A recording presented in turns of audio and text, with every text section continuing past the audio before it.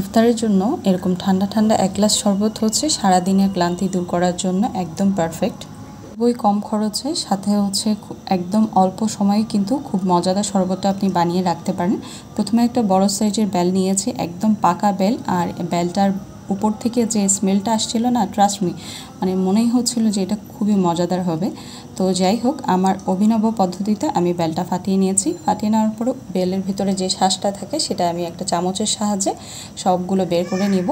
বের করে নেওয়ার পর অল্প পরিমাণ পানি দিয়ে এটাকে ভালো করে হাতে প্রেস করে করে আপনার মানে জুসিটা বের করে নিতে হবে, মানে যে বেলের যে পাল্পটা থাকে সেটা আমরা আলাদা করে নিব।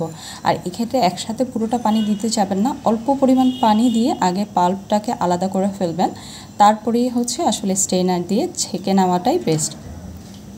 এবার হচ্ছে আমি পরিমাণ মতো অল্প করে পানি দিচ্ছি, পানি দিয়ে এরপর হাতে কচলিয়ে ভালো করে মানে পাল্পটা আলাদা করব, সাথে হচ্ছে বিচিগুলো আলাদা করার চেষ্টা করব। আর এখানের ভিতরে কিন্তু বেলের ভিতরে দেখা যায় কিছু আঁশের মতো থাকে, এই যে দেখতে পাচ্ছেন, আমি এই আঁশগুলো তুলে ফেলে দিব।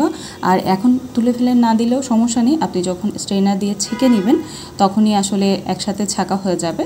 তো এভাবে ঢেলে নিলাম, ঢেলে নিয়ে এবার হচ্ছে অনবরত এখানে যদি আপনার একটু পাল্পটা বের করতে সমস্যা হয় সেক্ষেত্রে অল্প অল্প পানি অ্যাড করতে পারেন, অ্যাড করে করে তারপরে এভাবে ছেঁকে নিতে পারেন।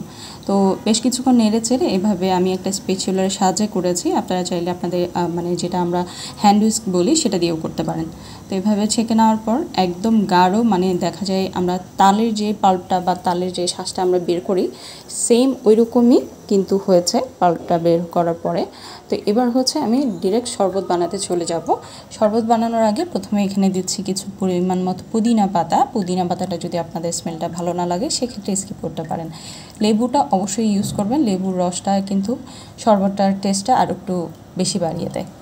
তো প্রথমে আমি লেবুটা চিপে দিয়েছি, লেবুটা চিপে দেওয়ার পরে তারপর খোসাটাতে আরও বেশ পরিমাণ রস থাকার কারণে আমি একসাথে দিয়ে দিয়েছি। তারপর দিলাম 3 টেবিল চামচ বড় সাইজের চিনি, আর বেলের শরবতে একটু চিনির পরিমাণটা বেশি লাগে। এবার হচ্ছে আমি আমার সেই অস্ত্রের মাধ্যমে আমি পুদিনা প্লাস হচ্ছে লেবুটা একটু ভালো করে ক্রাশ করে দিচ্ছি, অত বেশি করতে যাব না, না হয় দেখা যায় আবার লেবু থেকে তিতা বের হয়ে যাবে।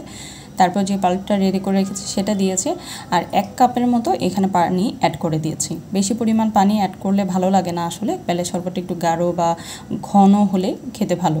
তারপর দিলাম সামান্য পরিমাণ বিট লবণ আর সাদা লবণ, দেওয়ার পর এবার ভালো করে মিক্স করে চিনিটা গলে যাওয়া পর্যন্ত ওয়েট করতে হবে। তারপর ঠান্ডা ঠান্ডা আইস দিয়ে আপনারা এটা সার্ভ করতে পারেন।